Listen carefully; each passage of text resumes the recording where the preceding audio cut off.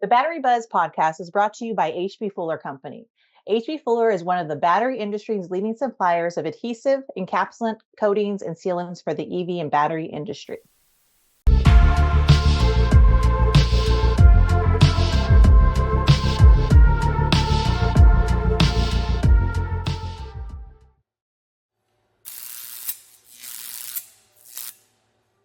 Hello, and welcome to the Battery Buzz, the show for battery professionals by battery professionals, keeping you connected to what's new with batteries and the people that help build them. Your battery specialist, myself, Elizabeth Canaz, and Jermaine Marius Solvaraj are back for our next episode. Now let's get started. So thanks for joining. This week we are welcoming our special guest, Amy Brinson with Soteria, and we're looking forward to our discussion with Amy and learning more about what Soteria's mission is in the battery space. Awesome. Yeah, welcome, Amy. It's great to have you. I know you, Amy Brinson, you've been in the battery industry for over 6 years with a great focus on creating collaboration in the battery safety in general.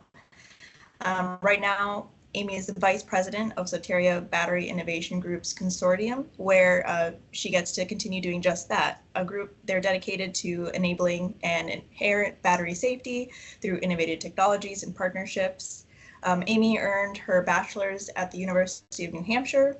She earned a mini MBA in batteries from Battery Associates and another one in marketing from Rutgers University, which is awesome. So, and also, Amy, you enjoy painting portraits, watching too many sci-fi movies, and spending most of her downtime playing with her son.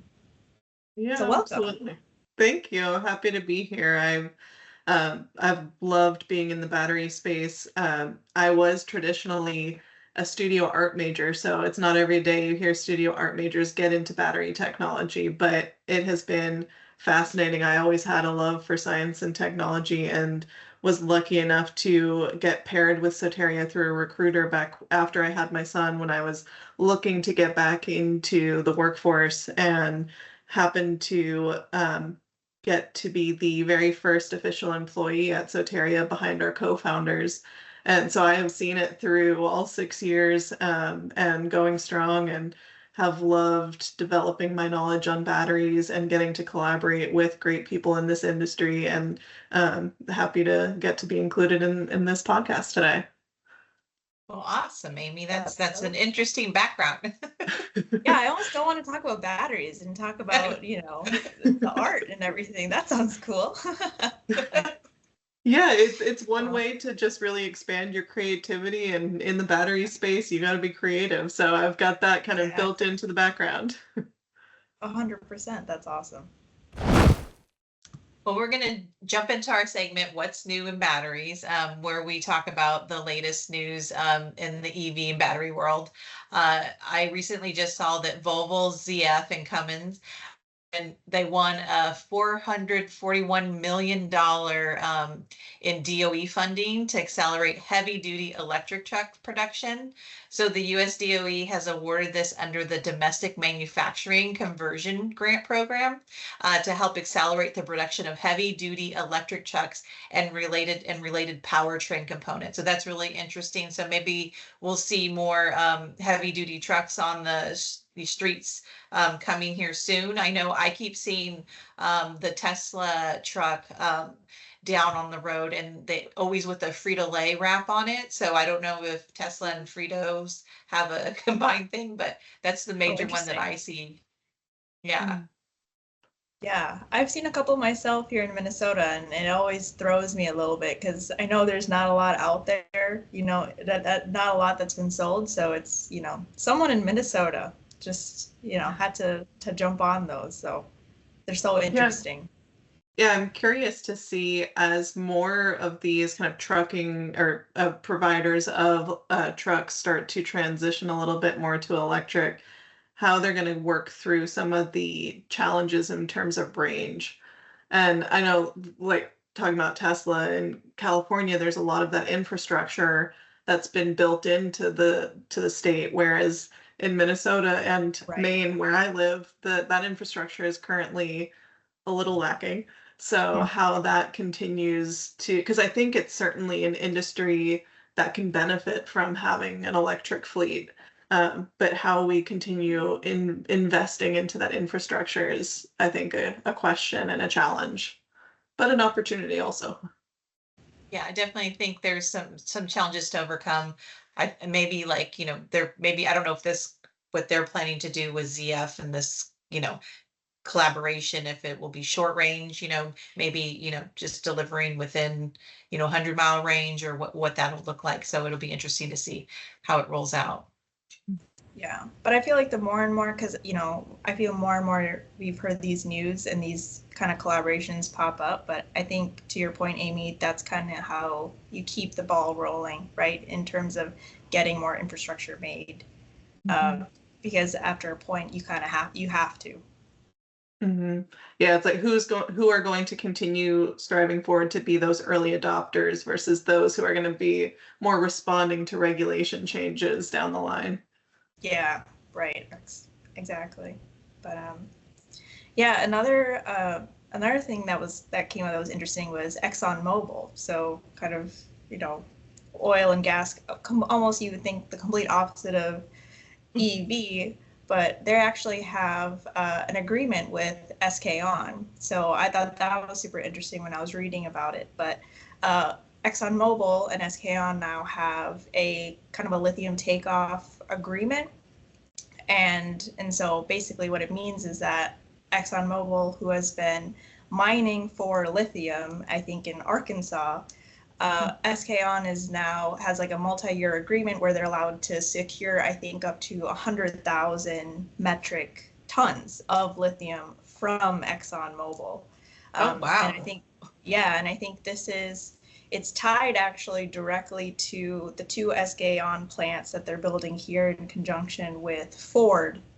So the Kentucky and the Tennessee ones. So I thought that was super interesting, having kind of like a big oil company get involved in an EV like this. It seems a little bit different than how they typically get into clean energy. So yeah, very interesting to me. But we'll get to discuss more in our battery banter, because that's one of the topics the topic that we're going to deep dive into. So that'll be interesting. That is a very interesting alternative, like compared to like Shell and Chevron. Well, speaking of Ford, Ford Motor Company outlined a plan that was used to use a Canadian plant. That was earmarked for future electrical vehicles, but instead they are going to build larger gasoline-powered versions of their flagship F-Series pickup truck. So Ford in April had already delayed the launch of the 3-row electric SUVs at the Oakville assembly facility. And this was going to be from 2025 to 2027. But they're citing lower than expected growth in EV demand. But Ford remained committed that those EVs and the timeline, but did not say where they would be built. So I thought that was pretty interesting that they're continuing to taking the EV plant they had allocated for their EVs, and now they're going to manufacture their pickup trucks in that facility. Yeah, it's interesting. The topic of kind of consumer demand is something that I've been hearing a lot more about, in terms of, the US is still definitely behind other countries in terms of demand for electric vehicles. And a lot of that, I think, infrastructure is certainly a part of that, but also that consumer perception of electric vehicles is still something I think we all want to work on a little bit more. And speaking of someone who's very, focused on battery safety, I think there is still a little bit of that public fear of, okay, well, when there were events like the Chevy Bolt being recalled and different situations like that, where they were telling you, don't park your car in your garage, it hurt, I think, perception a little bit. And that's something that I think everyone wants to help move past and be able to push a little bit more of that demand and that comfort level, I think. Yeah, and I think consumer education is really important here, because I think that the broad public doesn't have a good understanding of, how to maintain a battery, how do you, just the ins and out. And I think we take for granted being in the industry that we live and breathe this. Um, Not as clear, with the safety mechanisms and all that layers of safety. And I think there is still range anxiety too. And, each Mm. time that somebody iterates on top of their last innovation, we're expanding that range, certainly. But there is still a little bit of that, are hybrids still easier for people to get comfortable with because they've got the backup of the gas powered, but, continuing to balance out that kind of understanding of, the consumer idea. Are you going to be able to charge frequently enough? Is fast charging enabled so that they don't have to wait so long in between when they're charging? There's still a lot of, I think, room for improvement as the industry continues to mature. Yeah, and I think you made a good point, Elizabeth, when you were kind of in this industry. I think, like all of us here, it's no secret, that some of the, especially like the big three, are slowing down, kind of, or it didn't take off as much as they thought, and so that demand and their dates are kind of getting pushed out. But it's interesting to see here such a huge, it's one thing to kind of hear about the years for startup to get pushed out, but to kind of see the plant switch.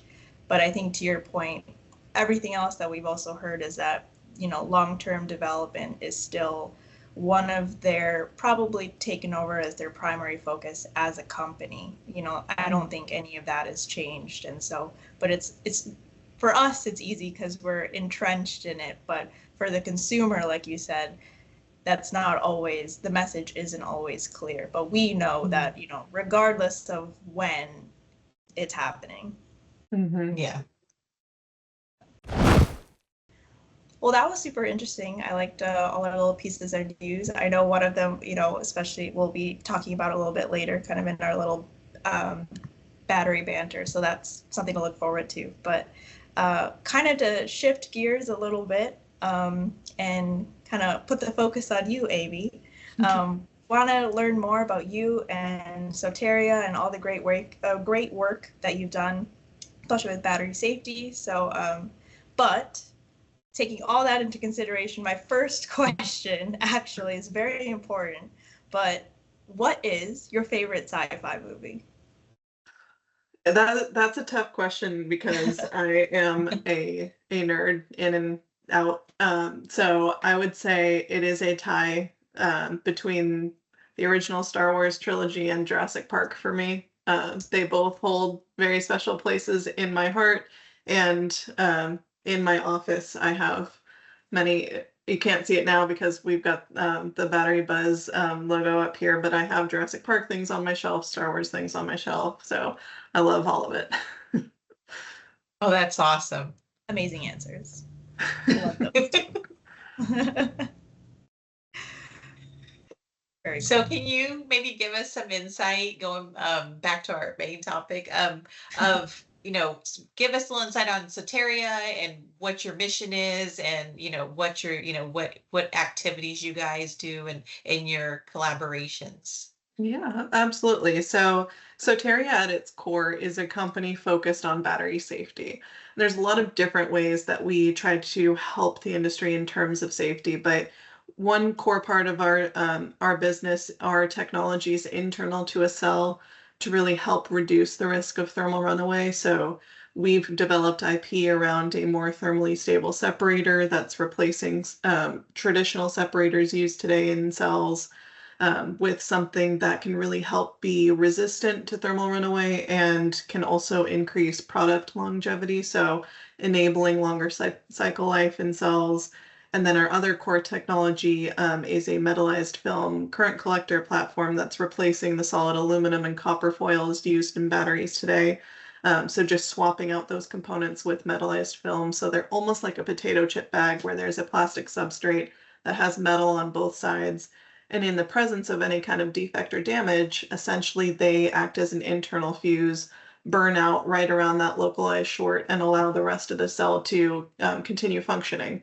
So we're really trying to, at our technology level, really just reduce those risks of any kind of battery fires happening. And then we work with companies to get materials produced. We help sample those out to cell builders, help them integrate the technology, help end users connect with cell builders who can use those technologies. But then the consortium, which is where I really focus my efforts, is really pulling together the entire supply chain for battery safety. So we are really looking at safety as a toolbox where we know we have some tools that fit into that toolbox, but it takes tools throughout the entire industry to really promote inherent safety at the end of the day. So we work with material manufacturers, cell builders, pack builders, end users, national labs, universities, other consulting companies, engineering services, testing, certifications, kind of everyone who has an interest in safety. We want to help connect and we want to help find ways to collectively address safety for the industry because safety is a really hard topic to talk about sometimes. Even though within the industry, we know when you pack that much energy into cells and packs, there's always a potential for a safety risk. So we just want to do all we can to find the solutions and promote the solutions that can really reduce there being any kind of event that happens down the line. Yeah, I think that's great work that needs to be done, and kudos to you guys for putting together, the right pieces of the puzzle to make that happen because it's Yeah. really needed. It's a needed resource. Yeah, and that knowledge sharing, just learning from each other is so important when trying to work on an industry-wide challenge. So we also work with first responders. So understanding those who are having to respond to battery fires and learning their perspective and how they're addressing these challenges or what they don't currently know about addressing these challenges and how we can partner them with industry providers who can speak to, okay, here's what we're building, here's what's happening, and getting those people to talk to one another is just something I love seeing. Yeah, I think that's super important too, just because even because everything is so new, it's safety is sometimes so hard to quantify and so hard to standardize for especially, kind of this EV space that's so new and developing and everything is different. So I think because of that, this is, I think, just the best way forward, right? Getting everyone involved and kind of building those connections because otherwise it's, there's not like a blueprint to follow. It's a different technology altogether that I don't think we're all super familiar with. So I think that's super unique and like Elizabeth said, very needed. Yeah. Yeah, well, we're certainly happy to be involved in the conversations. My favorite part of my job is seeing those connections of people who got in the same room go off and do their own developments and their own innovations and just learn from each other. It is, I think, just so necessary in this industry to learn because there are so many people working on so many different innovations in the battery space and sometimes there's a tendency to hold things close to the chest and not share openly because they want to, really own their innovations. And that's great. Those certainly need to happen as well. But that knowledge sharing effect of learning from each other and innovating together, I think is really important. Yeah, absolutely. So one thing, Amy, that I was curious about is I had saw on your website that you have about 16 plus patents pending, and clearly it's a lot of innovations that Soteria is working on. You'd mentioned the film separator as well, which I think is super cool. I wanted to kind of get your perspective as to what you think Soteria's most significant maybe contribution year to date, or what is something that you always would like to get across when you're talking to a potential partner? Good question. There are just a lot of different initiatives that we're working on right now, but I think one that I'm really excited about moving forward is over the last year, we worked with about 20 companies within the consortium, specifically on a project related to e-bike battery safety. So there's been a lot of, I think, public news articles and videos released of battery fires that are happening related to micromobility. And FDNY is certainly a big response that they've been having to that, because New York City has a unique challenge in terms of their buildings and how challenging those can be in terms of fighting fires that are related to micromobility. So what we did was tear down new and used e-bike battery packs to understand what was or wasn't being done at a safety level. And we worked with a company, Tested HQ, to survey about 1,000 e-bike riders throughout, whether they were doing delivery, recreational, commuting, to really understand what their usage of their bikes was. And we got some of their packs. We sent out test kits to understand what was being done at, like, when they're riding, what kind of shock, what kind of vibration are they going through. And at the end of that part of the project, we met and we talked through all of those results and talked through, okay, what can we as an industry put forward as a minimum feature set to really help drastically improve safety and reduce those kind of incidents happening.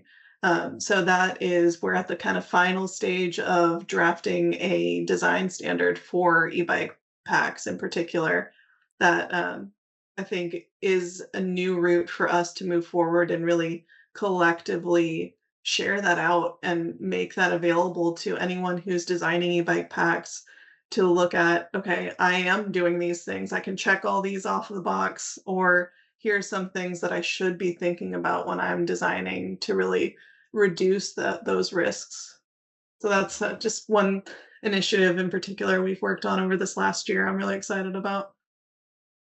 Yeah, That's really shock cool. and vibe is something that's critical in battery pack. You know that from our experience with our foams, but yeah, it's definitely there's a huge impact of that on the battery and maintaining, you know, the structural integrity of the battery. So I think that's good that you guys are addressing that and helping educate people. Mm-hmm. And it's cool that you're getting real world data that kind of, that I just love that, not Yeah, even just and the testing level at the company itself, like people out there using it day to day. Very cool.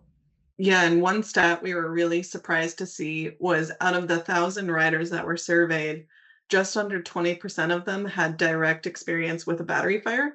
We were not expecting it to be that high. So I think if we had known that going in, we would have asked more specific questions in terms of, okay, was it you saw it happen to your device? Was it something you happened on the street? Like, what does that really mean? But just hearing that, even that 20% of people had experience with battery fires, is like, that is far too many. That's Yeah, and a very lot of those high. batteries, you know, are made, you know, cheap, I guess, cheaply, and in other regions, you know, they're brought over here to bring down the cost of the bike. So I think that's another challenge that we face is, you know, making sure that the quality of the battery, that if they're purchasing it from somebody else, that they're able to verify that, because that's a huge challenge, I think. Yeah, it And the is. And cells.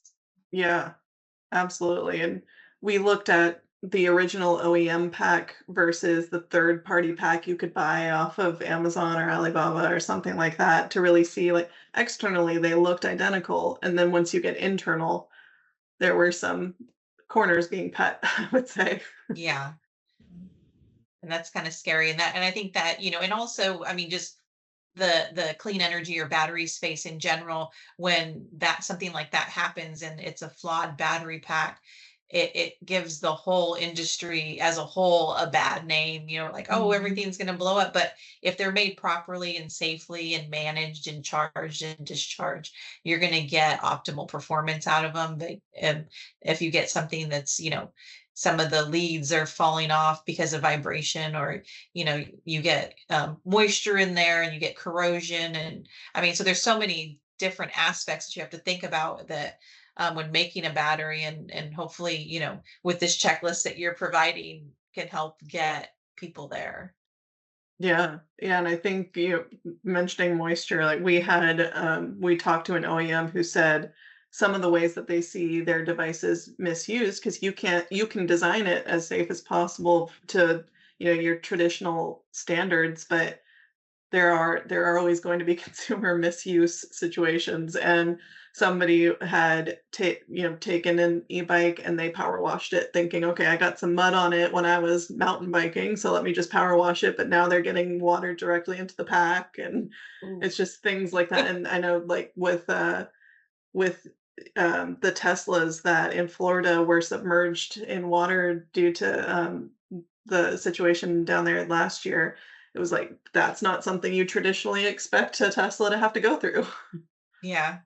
Yeah. So they have to be watertight. And a lot of, but a lot of the IP67, 8, 9K, that's that's the testing that, you should pass in order to say that it can be, you have a pressure wash spray that's, you know, in that standard that they should be testing to.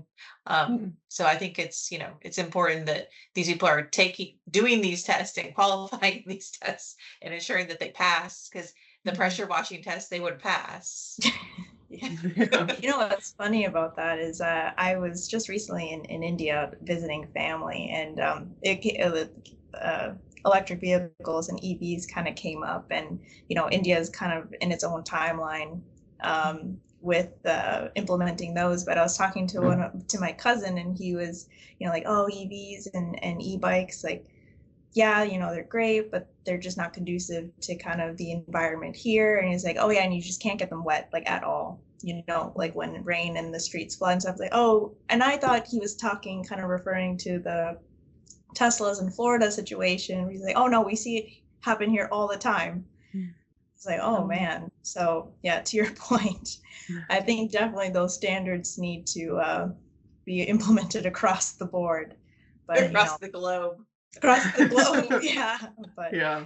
yeah, it's interesting how different regions have their own mentality and their own relationship with EVs.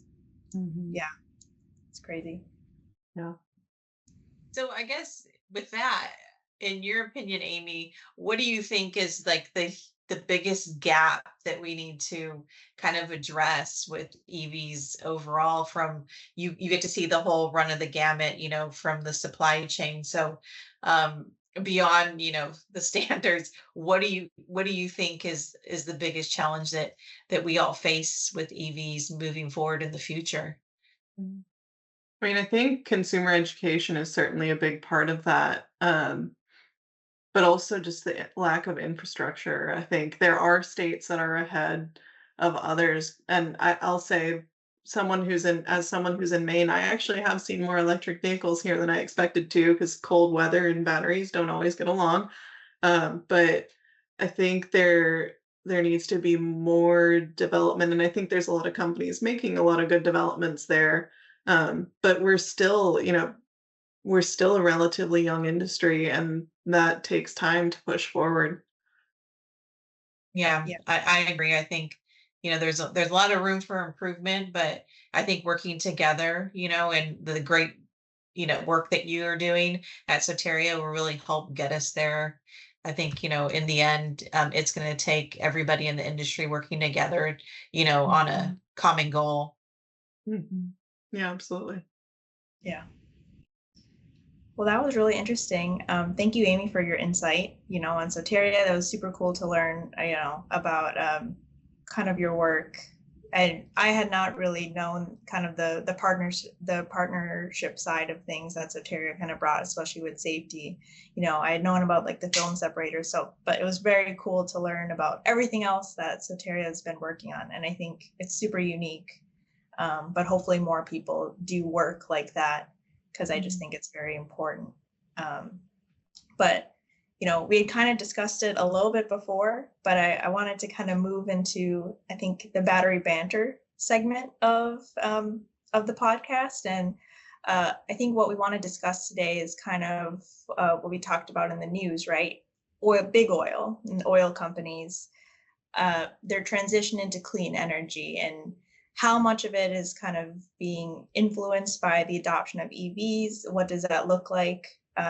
So kind of wanted to talk about that today. I think, with the ExxonMobil and SK partnership, it's interesting because it's different than what the other like BP, Chevron, and Exxon typically do to invest in clean energy, which isn't really a lot. But this seems interesting because it's something that Exxon seems to be able to be profitable on, right? So I'm curious as to see how this shifts the mentality of big oil investing in clean energy, but wanted to kind of get everyone's thoughts on that in perspective. Yeah, I did a little bit of research on it, and I noticed that like Chevron, they're heavily, investing in hydrogen. So I think that that's interesting, and other biofuels, and they're really expanding their portfolio. And I think that Shell, they have a goal to be carbon neutral by, I think it was 20, I don't remember what it was. It was like 2050. So they're really stretching themselves. And these are major oil and gas companies. So I think if they're seeing the shift to clean energy as the wave, I think that they're taking this very seriously in their investments. And there's been some major collaborations with both Shell and Chevron in the most recent, past year, I believe. I know BP's made a lot of investments into the charging networks. And that's I think when we talk about infrastructure, just an area that continues to like have some money put behind it in terms of establishing those kind of energy storage systems at, facilities for people to go charge. And it's I don't know, it's an interesting time to see some of these shifts. And are they seeing kind of the decline of, sales when it comes to traditional fuel? Are they just preparing for all these gigafactories coming up, selling into the industry more? Has the IRA had an impact, on all of these kind of announcements coming forward? Are they seeing I could capture some of this money coming in? It's an interesting time. Yeah. Yeah, and I think they're definitely capitalizing on some of that, that money. I think it's a huge driving force for them. Yeah, but what's interesting is when you read about it, how much they're investing, but then you look at some of the stats, and really it only amounts to 2 to 4% of as far as their investments are actually going into clean energy. So I think it's interesting, and I'd like to see that number increase, right? But I was digging into it, and I think a lot of the work that they're doing to kind of go carbon neutral is more on the decarbonization side of things. So a lot of kind of the carbon capture, and that's how they're trying to do it. And I was kind of scratching my head. I was, why? In some ways it makes sense, especially on the lithium, like the EV side of things, but I don't know if it's profitable for them yet. I think target returns for them were only, less than 10% when they invest in clean energy. And so I think that might be a huge driver as to why it's not as much. But to your point, kind of that's subjective, I think they're still making some really good investments, but it's clear that it could be a lot more. And I'm just curious as to when we'll kind of see it, if that investment goes increases over time, or will it decrease, or what the trend will be. I'm not sure. It'll be interesting to see. Yeah, is it more of a curiosity right now of are things going to shift in this direction, or is it I am going to make a substantial investment into this? Because there are going to be, I think the profit margins are going to be different in the beginning when getting into clean energy versus an oil and gas industry that's been around a lot longer. So when they're able to really put that forward and make those substantial efforts into the space, I think is a question. Yeah. And I do think that the lithium side of things might change things, right? the clean energy side of solar is one thing, which maybe is not profitable for them. But I think the thing that we saw with Exxon and SK on, right, that's a different level of profitability for them, that they get to sell their lithium, probably for a decent chunk of money. Yeah. So maybe something like that is more incentivizing for them to get into clean energy on the EV side of things. Yeah, and I think what Amy said, I think that in my opinion, it might be more curiosity, because the diversification that they're in, like nature-based solutions, energy trading and digitalization, so I think the vast array of different investments that they're making, it's not specifically in one area. It's all over it's the run of the gamut, like biofuels and energy storage and smart grids. It's not just the clean energy part of it. So I think they're probably just dipping their toe in everything and trying to figure out which one's gonna come out on top, maybe. Yeah. Yeah, it's like we get that question with lithium ion versus, or traditional lithium ion versus solid state versus, lithium sulfur versus, like, there's all these different future chemistries for batteries and all of these plants that are going in. It's like, who's betting on what and what's really going to take off? And I think it's similar in oil and gas, like we're saying here, is which ones of what they're investing into are really going to take off and make them that profitability that they're looking for. But I think the ExxonMobil thing, I think they're ahead of the game there. Because I don't see, I haven't fully investigated Shell and Chevron, but I haven't seen them at that level of commitment and, at the raw material level. I think that's pretty advanced, I think. Yeah. Yeah, absolutely. Yeah. And to your point, I think if they're an industry that can afford to play the long game, until this switch goes kind of complete, there's always going to be a need for them. So it makes sense, business wise, I understand it in a way, to kind of just do small investments and see what works, and then put your money behind something that will work after it grows significantly. So yeah, how are you diversifying in a way that ultimately at the end of the day will land on something? Yeah. Shell has 26 years to figure it out. So. Who knows what technology will be on at that point? Yeah. Yeah. Yeah. And it depends on a lot of things, right? You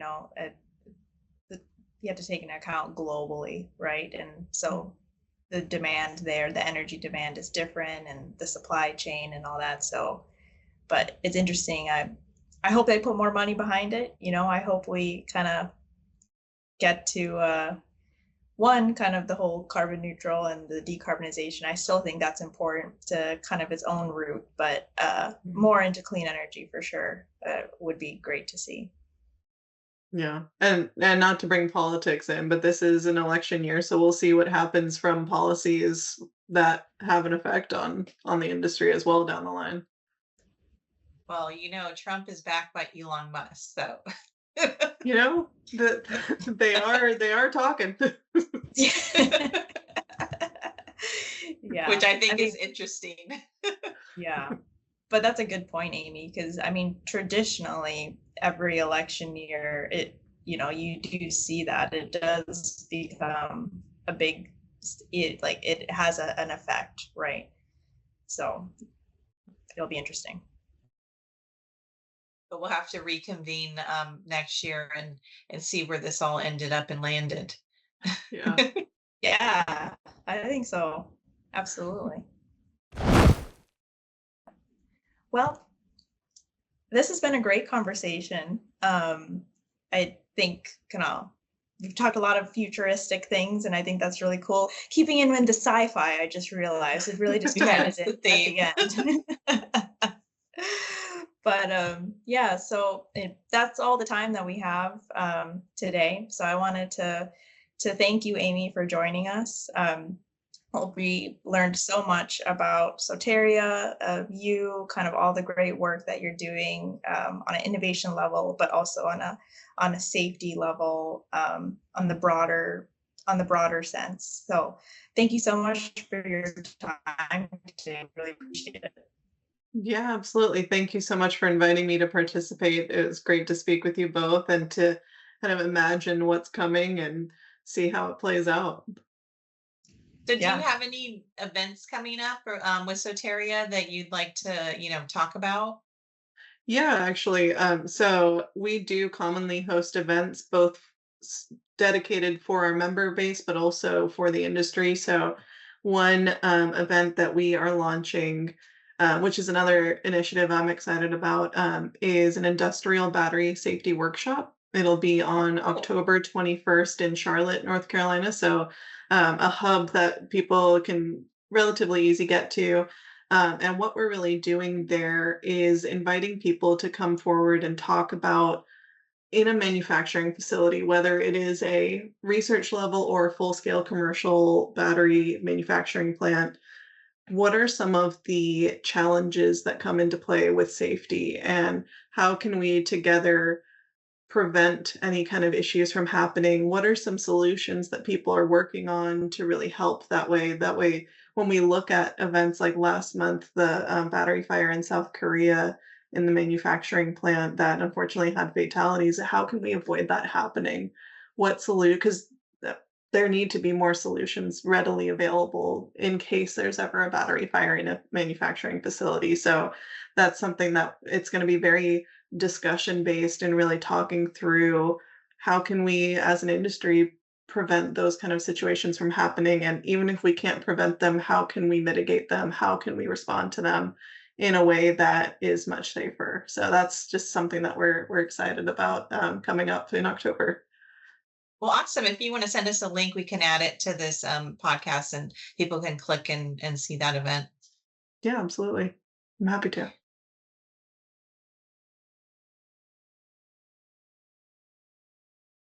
Well, with that all being said, please subscribe, like, follow, and check out our electrical battery adhesives page on LinkedIn. Thanks. Until next time.